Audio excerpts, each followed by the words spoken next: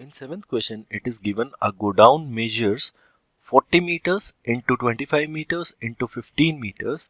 Then find the maximum number of wooden crates, each measuring 1.5 meters into 1.25 meters into 0.5 meters, that can be stored in the go down. That is, the dimensions of a go down are given and the dimensions of wooden crates that are needed to be put in that go down, its dimensions are given, and it is asking what is the maximum number of wooden crates that can be put in or stored in that go down.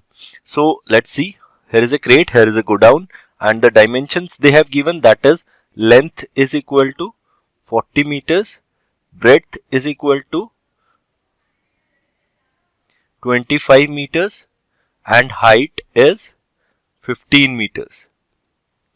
For the crate, length is 1.5 meters, breadth is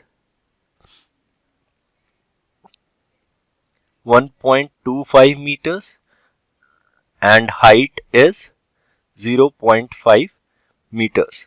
So we'll find the volume of go down, we'll find the volume of crate, and to find the maximum number of wooden crates, we will divide the volume of go down by the volume of crate. So the volume of go down will be L into B into H, that is 40 into 25 into 15. So this comes out to be 15,000 cubic meters. This is the volume of go down. Now let's find the volume of crate.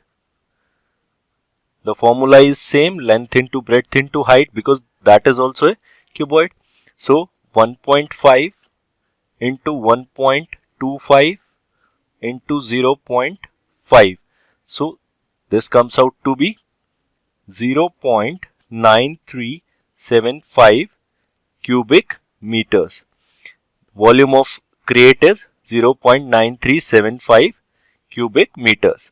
Now to find the number of crates, we divide the volume of go down, that is 15,000 cubic meters, by volume of a crate, that is 0.9375 cubic meters.